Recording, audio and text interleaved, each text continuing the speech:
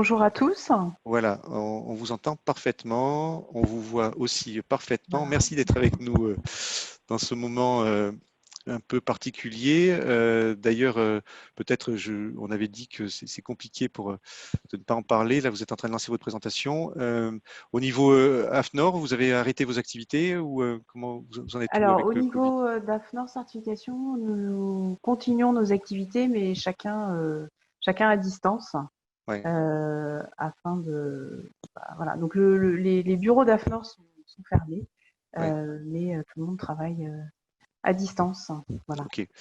Bien sûr. Alors voilà, donc aujourd'hui, vous êtes chef de projet environnement et énergie chez AFNOR Certification, et votre propos, ça va être de dérouler la partie audit et certification ISO 50001, si je me trompe pas.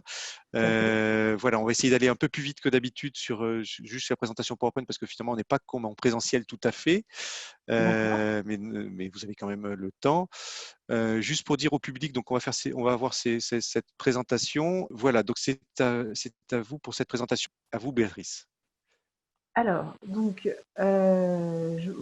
alors déjà, en quelques mots, le groupe AFNOR, parce que c'est vrai qu'on bénéficie d'une certaine notoriété, mais on a plusieurs métiers, donc parfois il peut y avoir quelques confusions. Donc moi j'appartiens à AFNOR Certification, la partie donc euh, évaluation certification. Donc dans le domaine de l'énergie, on intervient sur la certification ISO 50001, sur aussi la qualification des organismes en audit énergétique et aussi en IRVE. Et puis, on fait aussi de la certification de personnes. Voilà. On intervient donc dans le cadre d'AFNOR Compétences sur des parcours de formation, notamment la formation sur l'IPMVP, dont je vais parler tout à l'heure. Et puis, on a aussi une entité qui fait du conseil.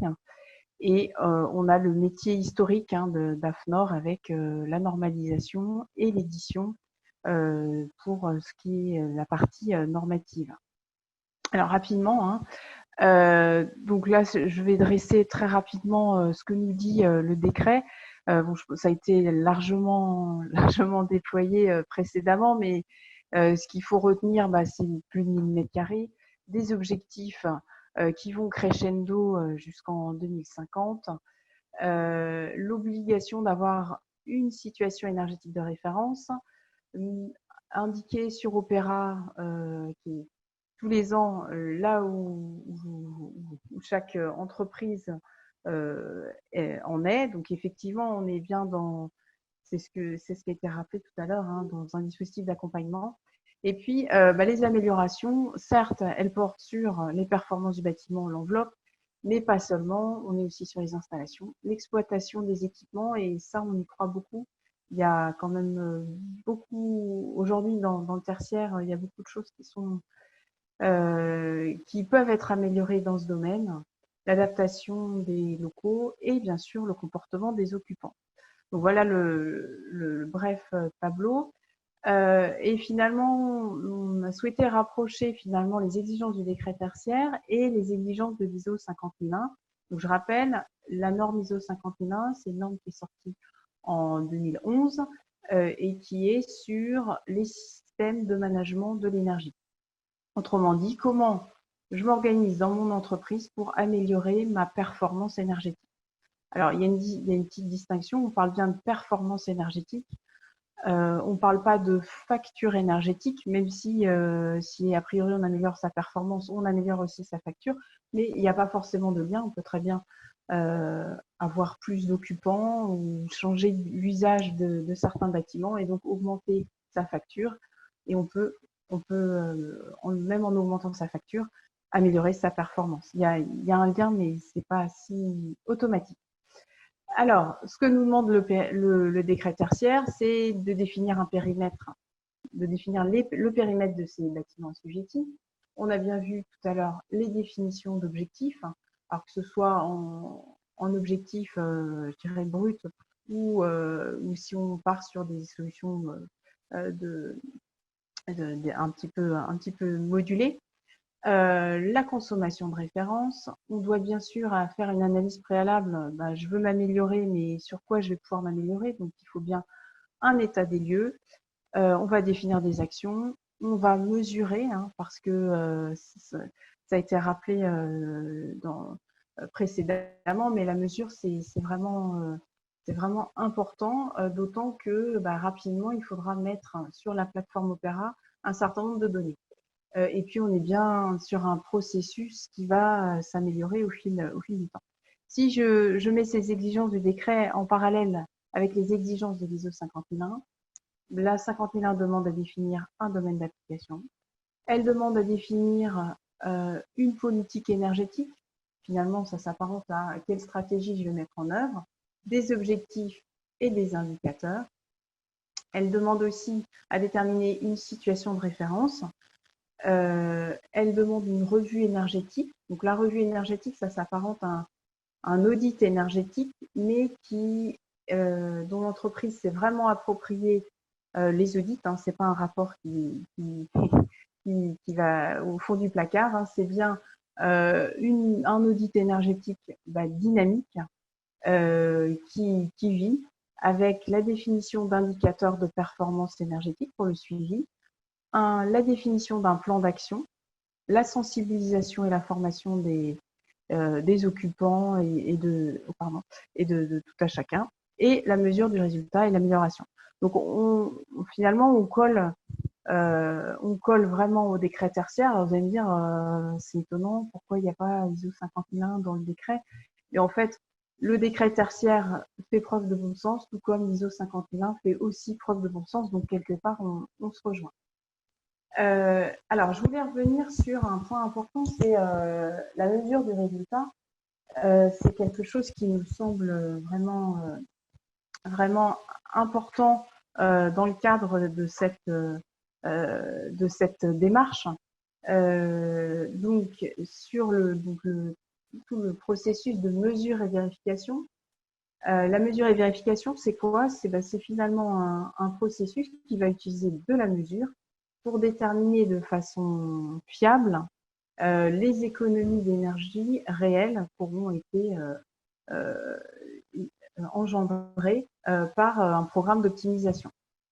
Alors, ça peut sembler un peu étonnant, mais finalement, c'est compliqué de mesurer une économie d'énergie, puisque par définition, c'est une économie, c'est une absence d'énergie.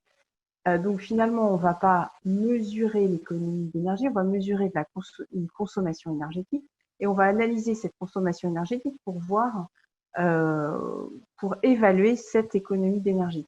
Et c'est là où finalement, ça peut sembler très simple, mais c'est loin d'être simple. Et donc, je voulais venir sur le protocole IPMVP. Le protocole IPMVP, c'est un protocole américain qui est reconnu, il y a une reconnaissance internationale et qui permet finalement d'analyser les économies, d'analyser les consommations énergétiques et d'en déduire les économies d'énergie. Il y a différentes options possibles. Hein. Soit on met en œuvre, vous voyez là sur le bâtiment représenté, les petites étoiles, finalement, c'est des actions qu'on aurait mis en œuvre. Eh bien, on peut faire de la mesure et vérification sur un site entier avec un seul compteur. Alors, bien sûr, ce n'est pas l'idéal, mais c'est des choses qui sont faisables. Ou alors, on resserre sur une action et du coup, ça oblige à avoir un seul moyen un moyen de comptage dédié pour obtenir cette économie d'énergie. Et puis, le protocole IPMVP prend en compte aussi le coût économique de cette mesure et vérification, parce qu'on peut aller très très loin, mais l'idée c'est de ne pas avoir un coût de mesure et vérification qui soit au-delà de l'économie elle-même. Et donc ce qui est prévu, c'est que ça ne dépasse pas 10% de l'économie d'énergie. Voilà. Donc, je voulais faire un point là-dessus. Je pense que l'IPMVP sera développé juste après, quand on évoquera les contrats de performance énergétique. C'est vrai que ça intervient souvent sur l'IPMVP fait partie souvent des contrats de performance énergétique. Oui, Xavier, vous voulez dire Non, quelque chose? on va en reparler effectivement. Merci. Voilà. Alors, du coup, rapidement, parce que pourquoi une certification ISO 50001? Quelles sont les bonnes raisons? Alors, donc c'est effectivement de réduire les coûts, hein. C'est quand même ce qui est recherché. C'est de développer la confiance aussi de l'écosystème. Alors quand je dis écosystème, selon vos métiers, selon c'est vraiment l'écosystème. C'est aussi contribuer à votre politique de votre politique de réduction carbone, hein, et c'est tout l'enjeu, comme ça a été souligné, hein, de ce décret tertiaire. Ce qu'il faut aussi avoir à l'esprit, c'est pour les grandes entreprises, la certification permet de répondre à l'obligation d'audit énergétique, donc en étant exempté de cette obligation d'audit énergétique tous les 4 ans. Ce qu'on observe, c'est qu'aujourd'hui, c'est que même si on a passé, hein, les 4 ans, je pense qu'il y a encore assez peu d'entreprises qui ont remis à jour leur audit énergétique, puisque c'était décembre 2015 plus 4 ans, on arrive à décembre 2019. Je pense qu'il y a, il y a encore un petit peu de chemin pour bon nombre de grandes entreprises. Ce qui est important, ça permet de structurer la démarche d'amélioration de la performance, de savoir ce qui est important, ce qui l'est moins, quelle action mettre en œuvre et surtout embarquer toute l'organisation. C'est se challenger et être challengé. Il est vrai que l'obligation de réaliser un audit de certification tous les ans, finalement, ça permet de se reposer les bonnes questions et de stimuler ce projet. C'est aussi une montée en compétences ou une conservation des compétences internes pour être plus pertinent. Ça n'empêche pas de travailler avec des prestataires d'efficacité énergétique, mais c'est important que l'entreprise conserve cette compétence. Et puis, je l'ai déjà dit, donc embarquer toute l'organisation dans la démarche. Voilà. Alors, j'avais une dernière diapositive à vous présenter, quand même deux. Donc, il y a un programme, et ça c'est la septième raison, c'est qu'aujourd'hui, il y a un programme d'aide à la certification ISO 50001 qui est aujourd'hui coordonné et géré par l'AT2E. On est sur un programme du ministre dans le cadre des certificats d'économie d'énergie, donc qui est alimenté par EDF. Et le principe, c'est dès lors que vous fournissez un certificat ISO 50001, eh bien vous avez le droit, donc si vous avez suivi le processus, hein, vous avez droit à 20%, à une prime équivalent à 20% des dépenses énergétiques annuelles, plafonnées à 40 000 euros. Donc, je vous invite à aller sur le lien ProSMEN afin de suivre et de présenter votre dossier, hein. Donc, bien sûr, toutes les entreprises ne sont pas éligibles, mais il y a quand même, notamment celles qui ont bénéficié d'aides de l'ADEME ou les entreprises qui ont une réduction, mais bon, ça ne concerne pas le tertiaire, donc il n'y a pas de souci. Et donc, toutes les entreprises, que ce soit TPE, PME, ETI ou établissements publics et collectivités notamment. Voilà. Et puis, je voulais juste vous faire part notamment d'une étude internationale. C'est notre 3e édition sur les bénéfices et les bonnes pratiques en management de l'énergie. C'est une étude qu'on a réalisée auprès de nos clients en France, en Allemagne, mais aussi partout dans le monde. Donc il y a des éléments, je pense, qui peuvent être repris là-dedans. Voilà, j'en ai terminé. Voilà. Merci Béatrice. Vous avez une grande expérience effectivement avec l'ISO 50001 sur ces sujets chez AFNOR Certification. Merci pour cette présentation très claire avec des données. On avait quelques questions à vous poser. Benjamin? Oui. Alors, j'avais une question. Alors, vous avez en partie répondu, mais est-ce qu'il existe d'autres aides pour la certification ISO 50001 que celles que vous avez présentées déjà en dernier slide? Alors, dans le domaine du tertiaire, c'est déjà pas mal. Toutes les certifications n'ont pas ce type d'aide. Je n'en vois pas d'autres. Il y a d'autres. Alors, c'est pas tout à fait des aides, mais c'est plutôt des avantages, mais plus dans l'industrie. Donc, je vais pas en parler aujourd'hui. Il y a quand même aussi, hein, donc j'en ai parlé, hein, l'exemption d'audit énergétique. Donc, ça fait déjà pas mal d'éléments. Après,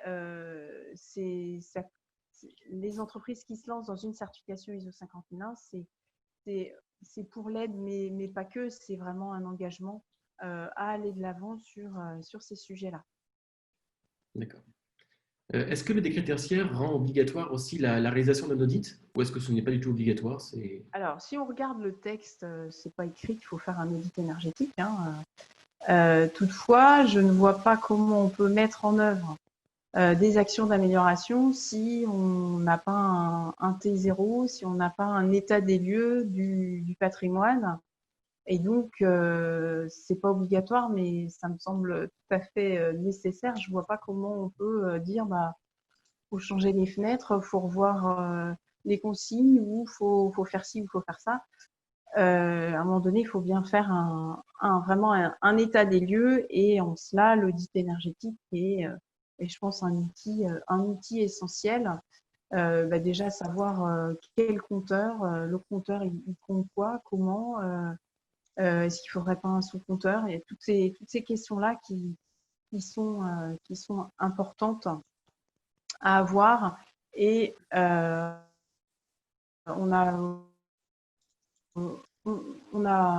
faut pas négliger cette partie-là, parce qu'on a pas mal de clients qui, notamment qui sont propriétaires d'énormes parcs. C'est pas si simple que ça, ne serait-ce que de savoir de recoller l'ensemble des factures. C'est quelque chose qui est pas si simple que ça, et de savoir je consomme quoi, comment et pourquoi. Ça a l'air tout simple, mais donc c'est vraiment pour moi un préalable. Il y avait Pierre-Olivier Benjamin, les aides. qui voulait amener une petite complément sur les aides. Je lui permets de parler. Hein. Voilà. Pierre-Olivier, vous êtes. Oui, vous m'entendez? Voilà. Vous m'entendez? Oui, on vous entend. Oui, je voulais juste préciser que, en complément du dispositif sur les audits, l'ADEME et la région, avec la CCI, on aide également à la mise en place du système de management ISO 50001, soit en totalité, soit de manière partielle. Donc, comme il y a la T2E qui subventionne finalement la certification, nous, on intervient en amont pour aider l'entreprise qui veut mettre en place le système de management. C'est une aide à hauteur de 50% des dépenses engagées. Voilà. Je voulais préciser. Merci Pierre-Olivier pour cette précision. Benjamin, on a d'autres. Pierre-Olivier Viac, bien sûr, vous avez reconnu de la CCI. Benjamin, on a d'autres questions? Il y a une question en plus, je vois dans le chat. Est-ce que la prime prévue dans le cadre du programme est prévue pour chaque année tant qu'on est certifié? Alors non, ce serait trop beau. Non, l'idée c'est vraiment de donner un coup de pouce pour la certification. Après, effectivement, c'est l'entreprise qui continue de maintenir son système de management. C'est une prime one shot, mais bon, c'est déjà beaucoup. Voilà. On a une conversation là qui devient un peu hachée. Je ne sais pas pourquoi. Ça a très bien marché jusqu'à maintenant. avec vous. Je propose Béatrice que Béatrice Poirier pour AFNOR Certification. Je vous remercie pour cette intervention.